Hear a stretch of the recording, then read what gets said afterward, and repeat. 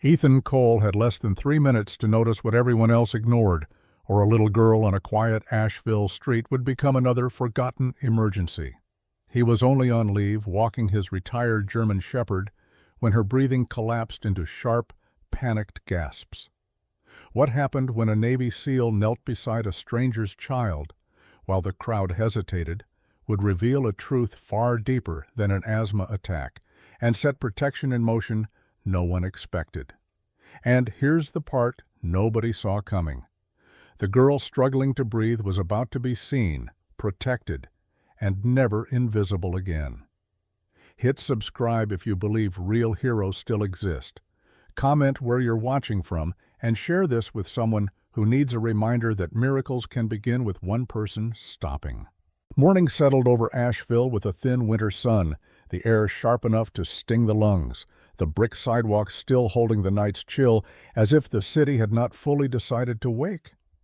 Ethan Cole walked without urgency, the way men did when time no longer chased them. At 36, he carried the disciplined stillness of a Navy SEAL even on leave.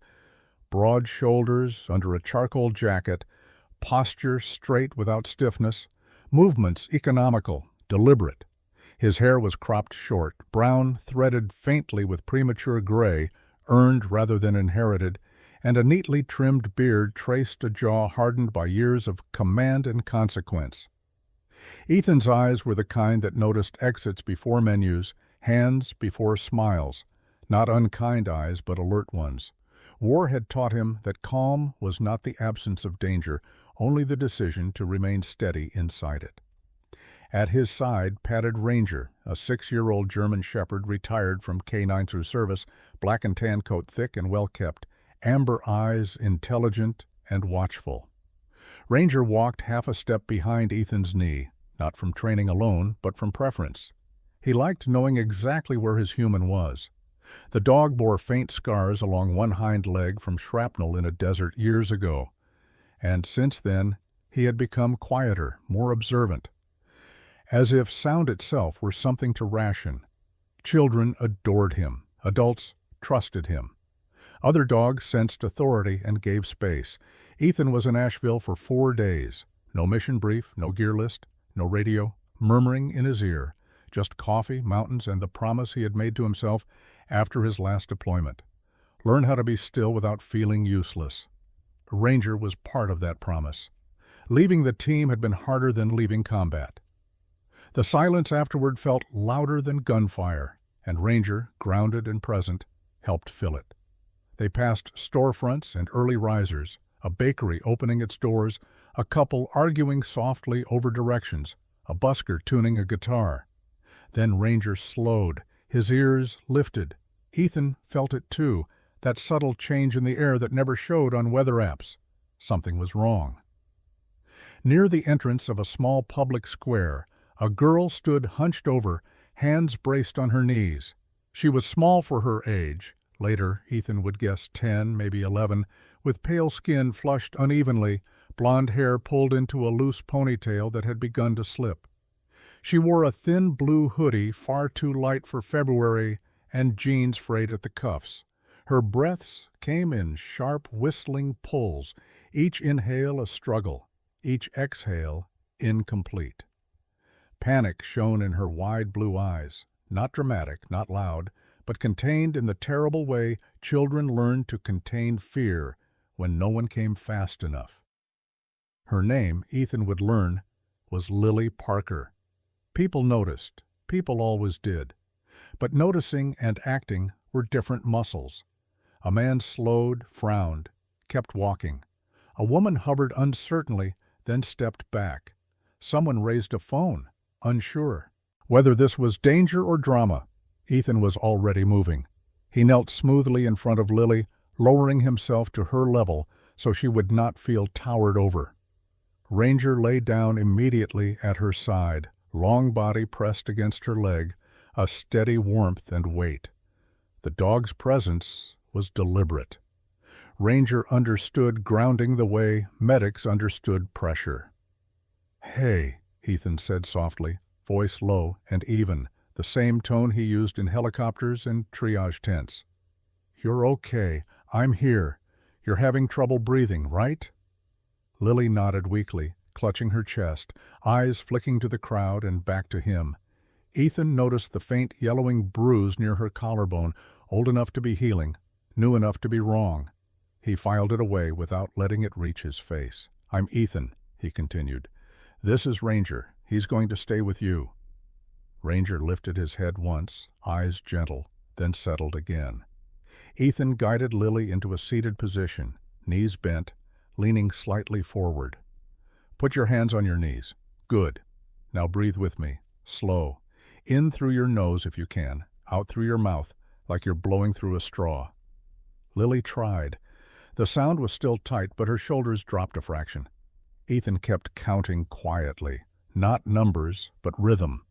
He asked if she had an inhaler. She shook her head, tears starting to gather, not from fear alone, but from the exhaustion of fighting her own lungs. A woman approached then, hesitant. She was in her early 40s, brown coat, concerned eyes. "Should I call 911?" she asked. Ethan nodded once, grateful but focused. "Yes. Tell them asthma attack, pediatric, conscious but labored breathing." The woman moved quickly, purpose replacing uncertainty. Ethan stayed with Lily, one hand hovering near her back, without touching, giving space while offering presence. He spoke calmly about ordinary things, the dog, the mountains, the bakery smell nearby, anything to keep panic from closing the last fragile pathways of air. Ranger's tail thumped once, slow and steady. Lily's breathing did not resolve, but it steadied enough to keep her conscious. Sirens approached in the distance, thin at first, then clearer. Ethan felt the familiar tightening in his chest, not fear, but recognition. This moment, this edge between crisis and survival, was a place he knew well. What he did not yet know was that this girl's struggle for breath was not an isolated storm.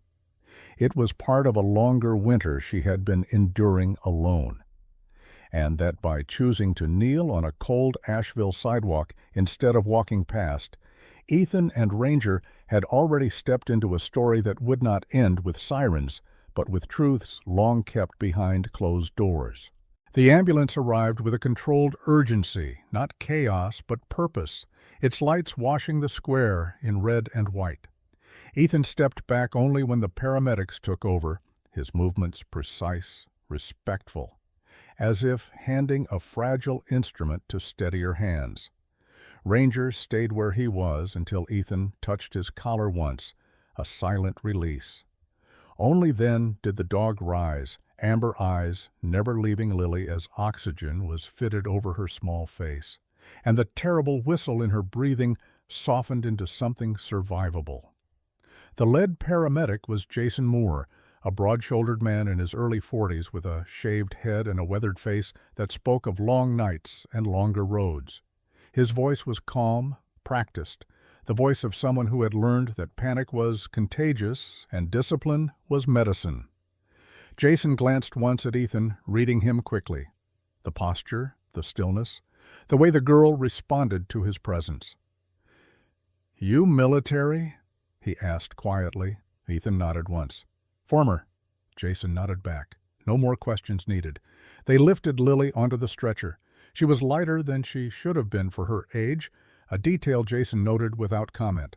Her blue eyes flicked toward Ethan, fear threading through relief. Can he come?" she asked, voice thin but steadier now. Ethan hesitated only a fraction of a second before answering. "If that's okay with them," he said, nodding to the paramedics. Jason made the decision easily. "Right up front," he told Ethan. "Dog too if he behaves." Ranger, already seated with disciplined patience, answered that question himself. Inside the ambulance, the smell of antiseptic replaced cold air. Lily's breathing improved under medication, but Ethan's attention did not waver. He noticed how she flinched when Jason adjusted a strap too quickly, how her shoulders tensed when a second medic, Emily Hart, leaned in. Emily was younger, late 20s, red hair braided tightly to keep it out of the way, freckles standing out against pale skin. She moved with efficiency, but softened her voice when she spoke to Lily, instinctively lowering herself to the girl's eye level. "You're doing great," Emily said. Lily nodded, gripping the blanket with fingers that trembled less now. At Mission Hospital's emergency entrance, the doors slid open into controlled brightness. Nurses moved with purpose, voices low but quick. Lily was wheeled away, and Ethan followed until a nurse gently stopped him. "We'll take it from here," she said kindly. "You can wait just there." Ethan nodded, stepping back into the waiting area, Ranger settling at his feet as if anchoring him to the floor. Minutes stretched. The adrenaline ebbed, leaving space for thought, and Ethan disliked the quiet that followed action. He replayed small details in his mind, the way Lily's hoodie sleeves hid her wrists, the bruise near her collarbone, the way she had asked permission to breathe louder, as if afraid of taking up space. Experience had taught him that bodies told truths mouths could not. A woman appeared then, moving too fast for the calm of the ward, heels clicking sharply. She was in her late 30s, blonde hair pulled into a tight bun, makeup immaculate in a way that suggested control rather than vanity. Karen Parker, Lily's aunt and legal guardian, introduced herself with a voice that smiled even when her eyes did not. "I'm here for my niece," she said, breathless but composed. Her gaze flicked to Ethan, then to Ranger, irritation flashing briefly before being masked by gratitude. "Thank you for helping," she added, the words correct, the tone rehearsed. Ethan stood, offering a polite nod. Up close, Karen smelled faintly of expensive perfume and stale cigarette smoke, an incongruous mix. Her posture was rigid, shoulders squared, jaw tight, as if bracing for judgment. She asked the nurse questions rapidly. How long, what medication, when discharge, never once asking how Lily felt. Ranger lifted his head and stared at her, ears forward, body still. Karen noticed and took a half step back. "She has asthma," Karen said, almost defensively, as if explaining away the crisis. "She forgets her inhaler sometimes." Ethan met her eyes calmly. "Kids usually don't forget things that help them breathe," he replied, voice neutral, not accusatory. Karen's smile tightened. "You don't know our situation." Before Ethan could respond, a physician approached.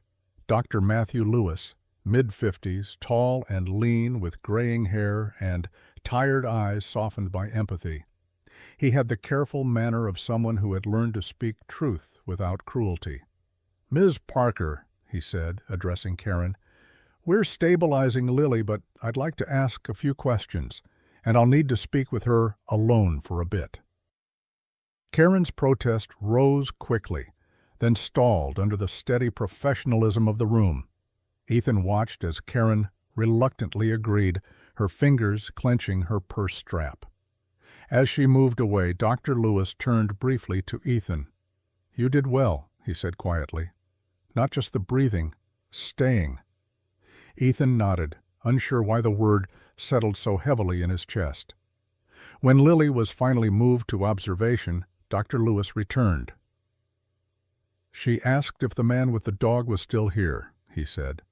"I told her yes." Ethan felt something shift then, subtle but irrevocable. He realized this was no longer just about a moment on a cold sidewalk. Something deeper had surfaced, something that did not belong to chance. As Ranger rested his head on Ethan's boot, the dog's breathing slow and steady, Ethan understood the truth he had learned in war and hoped never to relearn in peace. Sometimes rescue did not end when the sirens stopped. Sometimes that was only where it began. The observation room was quiet in a way that felt deliberate, as if the hospital itself had learned when to hold its breath. Lily lay propped against white pillows, oxygen no longer needed, a thin blanket tucked around her small frame. Color had returned to her cheeks, but not confidence. Her eyes followed every movement, cataloging sounds, exits, shadows. Ethan noticed because he had once watched grown men do the same after too many nights under fire. Ranger lay at the foot of the bed, chin on his paws, body angled protectively toward the door.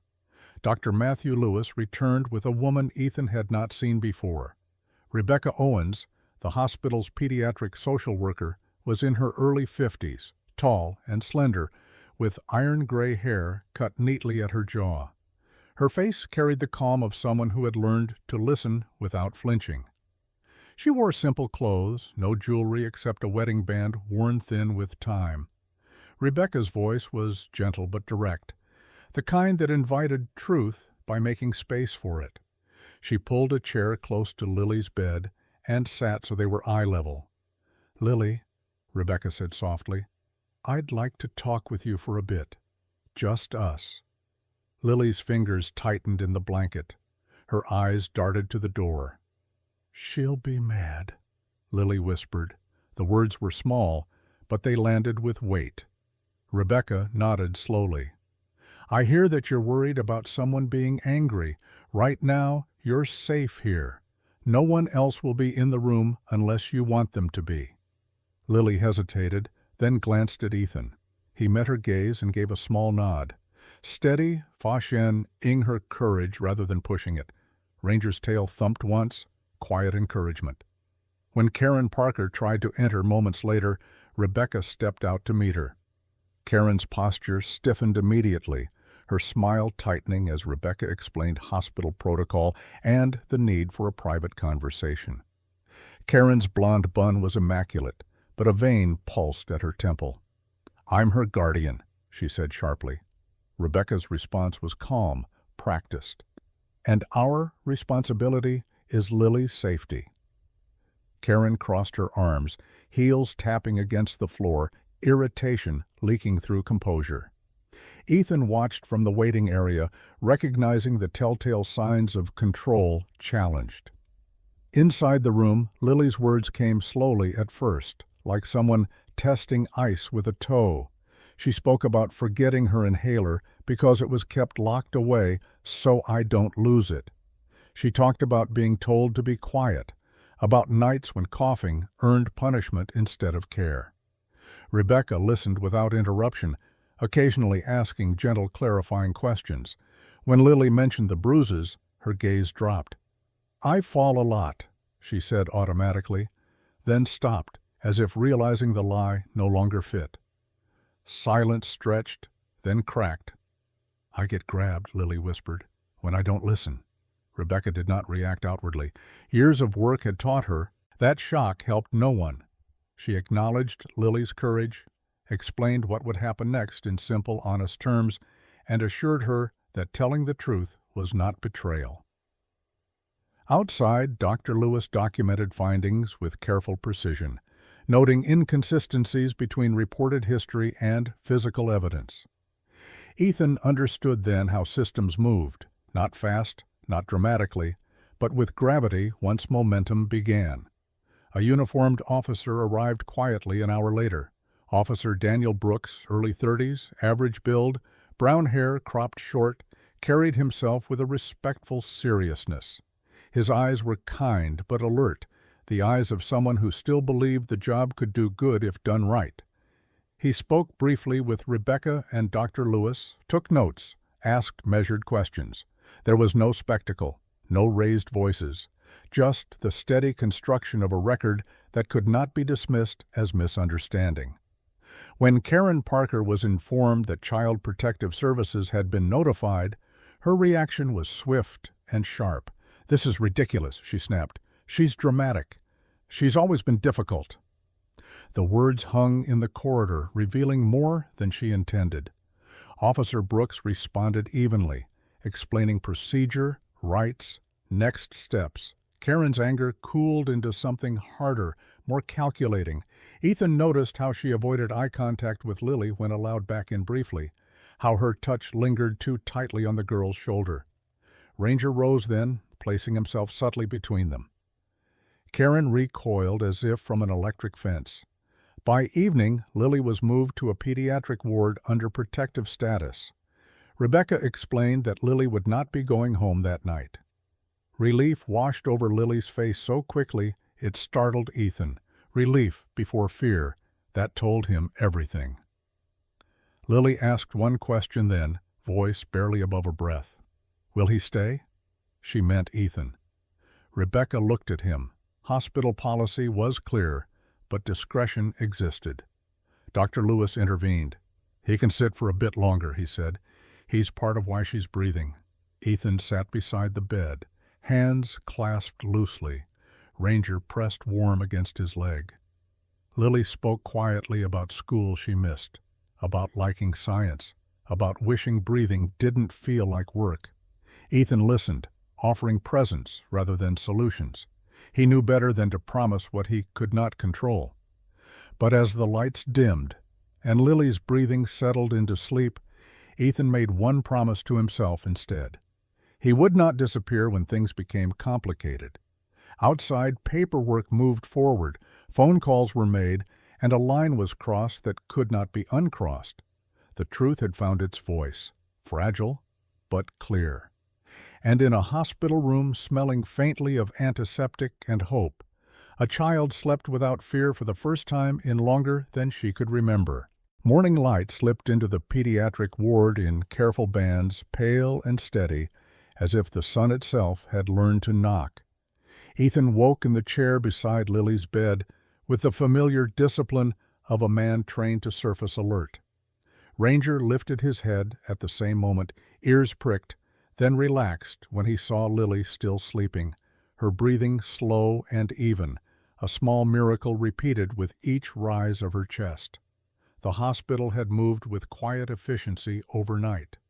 Paperwork progressed, calls were logged, and a protective order took shape like scaffolding around something fragile. When Lily woke, she looked around first, eyes scanning, then softened when she saw Ethan and Ranger still there. That look, surprise edged with relief, settled into Ethan's bones. It reminded him of villagers he'd once guarded overseas, people who slept only when they knew someone would stay awake for them. A new face appeared mid-morning. Margaret Maggie Sloan, the CPS case supervisor assigned to Lily's emergency placement, introduced herself with a firm handshake and a voice shaped by decades of difficult rooms. Maggie was in her early 60s, tall and straight-backed, with silver hair pulled into a practical bun and eyes the color of winter steel, softened by empathy. She wore sensible shoes and a navy cardigan that had seen many long days. Her demeanor was measured, compassionate, without sentimentality, the kind of professional who understood that safety required both heart and spine. Maggie spoke first with Dr. Lewis and Rebecca Owens, then requested a brief conversation with Ethan. They sat near the window, Ranger positioned between Ethan's boots like an anchor. Maggie listened as Ethan recounted only what he had seen and done. No embellishment, no judgment. When he finished, she nodded. "You didn't overstep," she said. "You stayed present. That matters more than people realize." She explained the next steps, a temporary foster placement, supervised visitation considerations, ongoing medical care. She explained them to Lily, too, using clear language, inviting questions, offering choices where choices were possible. Lily asked only one. "Can I keep my inhaler with me?" Maggie smiled gently. "Yes, always." Karen Parker arrived shortly after, escorted by Officer Brooks. Her appearance was sharper now, lipstick reapplied, coat pressed, as if armor could be reapplied with cosmetics. She argued, then pleaded, then went quiet when Maggie laid out the conditions with calm authority. No raised voices, no threats, just boundaries. Karen's face hardened into something cold and small. She left without looking at Lily. The absence of goodbye said more than any words. In the afternoon, Lily met Claire Whitman, the emergency foster caregiver identified for the next 72 hours. Claire was a woman in her mid-40s with a soft-spoken confidence, average height, sturdy build, and kind gray eyes that crinkled when she smiled. Her brown hair was cut in a practical bob, and she wore jeans and a sweater that smelled faintly of laundry soap and cinnamon. Claire had fostered before, short-term, crisis placements, and her calm presence suggested a home where rules existed to protect, not to punish. She knelt to Lily's level and introduced herself simply. "I have a dog too," she added, glancing at Ranger. "He snores." Lily smiled, a small but genuine thing. The discharge process was careful, medications reviewed, instructions repeated, numbers written twice. Ethan watched Lily sign her name on a clipboard, handwriting tentative but determined. He noticed how she squared her shoulders when Claire offered her a coat that actually fit. Ranger walked close as they moved through the hall, not crowding, just there. Outside, the air was warmer than the day before, the city exhaling. Claire's car waited at the curb. Lily hesitated, fingers curling into her sleeves. She looked at Ethan, searching his face for a promise he had not yet made. He crouched to her level, keeping his voice steady. "I can't decide everything," he said honestly, "but I can check in. And if you ever feel like you can't breathe about anything, you tell the adults around you. You did the right thing." Lily nodded, swallowing. She reached down and hugged Ranger's neck. The dog accepted the embrace with dignified patience, tail wagging once. As Claire drove away, Ethan felt the familiar pull to follow, to guard, to ensure. He resisted it the way he had learned to resist bad instincts born of good intentions. This was not a battlefield. Protection here meant trust in the process and vigilance when needed, not constant presence. Later that evening, Maggie called. The protective order had been approved. An investigation would proceed. School liaisons contacted. Therapy referrals queued. It was not victory. It was ground gained.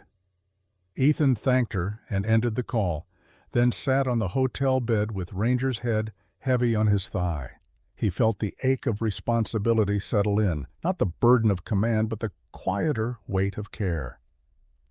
That night, Asheville's streets hummed below, ordinary and alive. Somewhere across town, a child slept in a room with an unlocked door and an inhaler within reach. Ethan understood then that rescue did not always look like dramatic endings.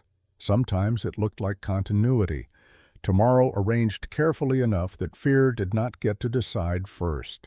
Spring reached Asheville without fanfare, a gentler warmth slipping between buildings, the mountains holding the light a little longer each day. Ethan Cole felt the season change the way he felt pressure shifts at sea, subtle, promising, earned. Weeks had passed since the hospital, and life had arranged itself into careful, livable rhythms. Ranger trotted beside him through the park with renewed ease, his black and tan coat catching sunlight, his old shrapnel scar no longer a story that led the conversation. The dog was still vigilant, always aware, but joy had returned to his gait. They were walking toward a small brick school near the river, where Lily Parker was finishing her first full day back in a classroom that smelled of pencil shavings and possibility. Lily waited near the steps with her backpack hugging her shoulders, a size too big but chosen on purpose, as if space itself were something to grow into. She looked healthier now, cheeks fuller, eyes clearer, posture straighter. Her blonde hair was braided neatly, and she held her inhaler in a bright blue case clipped to her bag, visible, accessible, unquestioned. Claire Whitman stood nearby, hands in her jacket pockets, calm and grounded, offering presence without hovering. When Lily spotted Ethan and Ranger, her smile arrived before her feet did. She ran the last few steps, breath steady, laughter light. Ranger sat politely until she reached him, then accepted her hug with ceremonial seriousness, tail sweeping the air, once like punctuation. Inside the school, Lily's new counselor, Dr. Hannah Brooks, greeted them briefly. Hannah was in her late 30s, average height, soft-spoken with dark hair, worn loose, and expressive brown eyes that conveyed patience rather than scrutiny. Her training in child trauma showed not in jargon, but in pace, never rushing, never assuming. "She's doing well," Hannah told Ethan quietly. "Curious, brave, that matters." Lily nodded, proud but not boastful, and excused herself to say goodbye to friends she had made in a week that felt like a month in the best way. Later that afternoon, Maggie Sloan called with an update that sounded like weather clearing after a long storm. The investigation had advanced, supervised parameters were set, permanency planning was underway. "Nothing overnight," Maggie said, voice steady. "But the path is open." Ethan thanked her and hung up, feeling the particular relief that came not from endings, but from continuity, tomorrows that could be trusted to arrive. They celebrated small victories. Pancakes at a diner where Lily learned she could order what she wanted and expect it to come. A visit to the library where she checked out books on constellations and breathing exercises. Therapy sessions where words were given room to be words, not alarms. And on a quiet Saturday, a picnic by the river where Ranger lay in the grass, eyes half closed, absorbing peace like warmth. Ethan watched Lily teach Claire how to throw a stick just right for Ranger, her laughter ringing free, and felt something in his chest loosen. There were still echoes, moments when Lily startled at raised voices, days when asthma made her cautious, but the difference now was support that did not disappear. When Lily stumbled, adults noticed. When she needed space, it was respected. When she needed help, it came without conditions. Ethan understood then that heroism here was not a single act, but a sustained choice to show up correctly. At dusk, they walked the park loop once more. Lily kept pace easily, breath smooth, eyes on the river where sunlight fractured into gold. She stopped and looked up at Ethan, face serious, in the way children get when they discover a truth they want to keep. "I don't feel invisible anymore," she said. Ethan considered his answer, mindful of promises. "You never were," he said simply. "People just learned how to see." As they parted, Lily hugged Ranger one last time and waved with a confidence that felt earned. Claire started the car. Ethan stood with Ranger until the taillights disappeared, then turned toward the mountains. The city hummed behind them, ordinary and alive. Rescue, he knew now, did not require sirens to finish. Sometimes it required patience, systems done right, and the humility to stay available without standing in the way. Ranger pressed his head into Ethan's hand, and Ethan smiled, a rare, unguarded thing. Morning, it seemed, had decided to stay.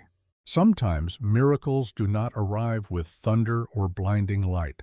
Sometimes they come quietly, dressed as ordinary people who choose compassion over comfort. A man who kneels instead of walking past. A dog who stays when fear says run. A child who keeps breathing because someone believed her life mattered. If there is a miracle here, it is this. God still works through willing hands and open hearts in the middle of everyday streets. In our daily lives, we pass moments like this more often than we realize. A neighbor who seems smaller each week, a child who hesitates before going home, a stranger struggling for breath, for hope, for someone to see them. Faith is not only what we pray on Sundays, it is what we do on ordinary days when no one is watching. When we choose to stop, to help, to protect, we become part of God's quiet work in the world. If this story touched your heart, share it with someone who needs to remember that goodness still exists. Leave a comment and tell us, when was the last time you saw a miracle in everyday life? Or when did someone show up for you when you needed it most? And if you believe that stories like this matter, please subscribe to the channel so we can keep sharing light, hope, and truth together. May God bless you and protect you. May He open your eyes to those who need help, give you courage to act, and surround you with kindness when you are the one in need. May peace walk with you today, and may you never forget, even the smallest act of love can become a miracle in God's hands.